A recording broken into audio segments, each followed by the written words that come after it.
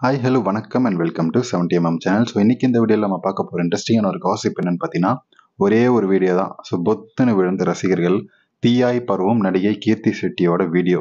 So இதன் மூலமாக தன்னுடைய சரிஞ்சு கிடந்த தன்னுடைய மார்க்கெட்டை தூக்கி நிறுத்தியிருக்காரு அப்படின்னு தான் சொல்லணும்.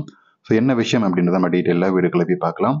தெலுங்கு படங்களில் அதிகமாக கவனம் செலுத்திட்டு நடித்துட்டு இருக்கக்கூடிய நடிகை கீர்த்தி செட்டி உப்பனா அப்படின்ற திரைப்படத்தின் மூலமாக 2020ஆம் ஆண்டு திரையுலகுக்கு அறிமுகம் ஆகிறாரு. ஸோ 17 வயசுலேயே தன்னுடைய திரைப்பயணத்தை ஆரம்பித்து இப்போ 20 வயசு தான் ஆகுது. ஸோ இப்போவும் தன்னுடைய கவர்ச்சியின் மூலமாக எப்படியெல்லாம் தன்னுடைய ரசிகர்களை கட்டுக்குள்ளே வச்சுக்கலாம் அப்படின்ற ஒரு யுக்தியை பயன்படுத்தியிருக்காரு. ஸோ கர்நாடகா மாநிலத்தைச் சேர்ந்த இவர் மும்பையில் படிச்சுட்டு இருக்கும் போதே நேராக இவருக்கு தெலுங்கு சினிமாவில் வாய்ப்புகள் வரவே தற்போது தெலுங்கு மட்டும் இல்லாமல் தமிழ்லையும் வளர்ந்து வரக்கூடிய நடிகைகள் வரிசையில் இருக்காரு. ஸோ கீர்த்தி செட்டி முதல்ல தெலுங்கு படமான உப்பனா படத்துக்கு 100 கோடிக்கு மேல் வசூலில் எடுத்து முதல் படத்திலேயே சாதனை பண்ணிட்டாரு. அந்த வகையில் இவர் பாலா இயக்கத்தில் உருவான வணங்கான் திரைப்படத்தில் நடிச்சிட்டு இருக்காரு. இந்த படத்தில் சூர்யாவுக்கு ஜோடி அப்படின்னு சொல்லி இவர் கூட்டிட்டு வந்தாங்க. படு ஜோரா குஷியா வந்தாரு. ஆனால் சூர்யா எஸ்கேப் ஆயிட்டாரு. அதுக்கப்புறம் இப்போ அருண் விஜயோடு சேர்ந்து அவருடைய அந்த தமிழ் திரையுலகில் அறிமுகமாயிட்டு இருக்காரு. இந்த நிலையில் நடிகை கீர்த்தி செட்டி அதிக சம்பளம் கேட்டதால இந்த நடிகையை விலக்கி வச்சுட்டாரான்னு கேட்டால் இல்லை. ஆனால் இவர் கேட்ட சம்பளத்தை தூக்கி கொடுத்துட்டு மற்ற சீனியர் ஆர்டிஸ்ட்லாம் அதிக சம்பளம் கொடுக்கக்கூடிய நபர்கள்லாம் படத்துலேருந்து தூக்கிட்டு இவரையும் அருண் விஜயம் வச்சு படத்தை டைரக்ட் பண்ணிட்டு இருக்காரு. சின்ன சின்ன ஆர்டிஸ்ட்லாம் வச்சு பணத்தை எடுத்துட்டு இருக்காரு. ஸோ இதுக்கப்புறம் லிங்குசாமி, இதனை அடுத்து லிங்குசாமி டைரக்ஷனில் வெளிவந்த வாரியர் திரைப்படத்தில் இவர் தமிழில் முதல் படமாக இந்த படம் அமைஞ்சது. ஏன்னா அது டுவெல் ரோல், அதாவது டுவெல் லாங்குவேஜில் நடிச்சு அந்த ரிலீஸ் ஆன படம் படு தோல்வியை அடைஞ்ச காரணத்தால் எதிர்பார்த்த அளவுக்கு தமிழில் பட வாய்ப்புகள் இவருக்கு கிடைக்கவே இல்லை. அடுத்து தமிழிலும் தெலுங்குலையும் அடுத்தடுத்த படங்கள் தோல்வி அடைந்த காரணத்தால ராசி இல்லாத நடிகை அப்படின்ற ஒரு பெயர் 20 வயசுலேயே இந்த நடிகைக்கு குத்தப்பட்டுச்சு. ஸோ இவர் தமிழில் ஜெயம் ரவிக்கு ஜோடியாக ஜீனி என்கிற திரைப்படத்தில் நடிக்க கமிட் ஆயிருக்காரு இப்போ. ஸோ தெலுங்கு சினிமா பொறுத்த வரைக்கும் காற்றுள்ள போதே தூற்றிக்கொள் அப்படின்ற ஒரு கான்செப்ட் தாங்க போயிட்டு இருக்கு. இவர் இளம் நடிகை, 18 வயசு நடிகை அப்படின்னோடனே எல்லாருமே இவர் பின்னாடி போயிட்டு இருந்தாங்க.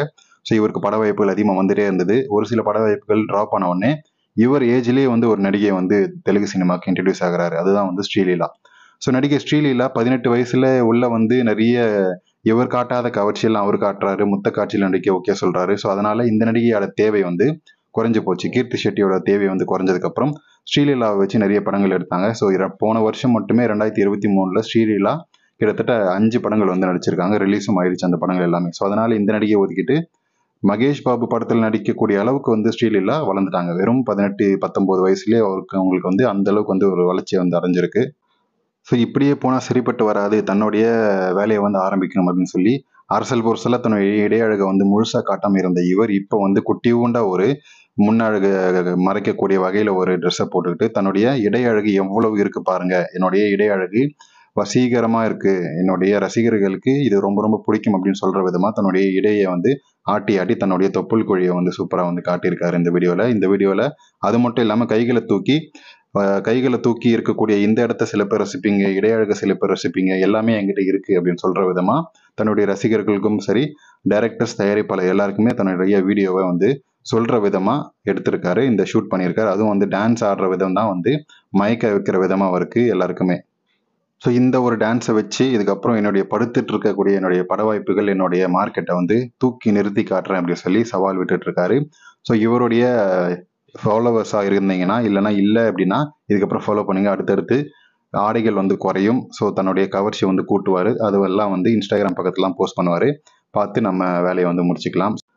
ஸோ இதை பற்றி நீங்கள் என்ன நினைக்கிறீங்க அப்படின்றத கமெண்ட் செக்ஷனில் மறக்காமல் சொல்லுங்கள். வீடியோ பிடிச்சிருந்தா லைக் பண்ணுங்கள், ஷேர் பண்ணுங்கள், சப்ஸ்கிரைப் பண்ணுங்கள். டிஸ்கிரிப்ஷனில் கொடுத்துருக்கக்கூடிய இன்ஸ்டாகிராம் அண்ட் டெலிகிராம் சேனலுக்கு மறக்காமல் கிளிக் பண்ணி ஜாயின் பண்ணுங்கள்.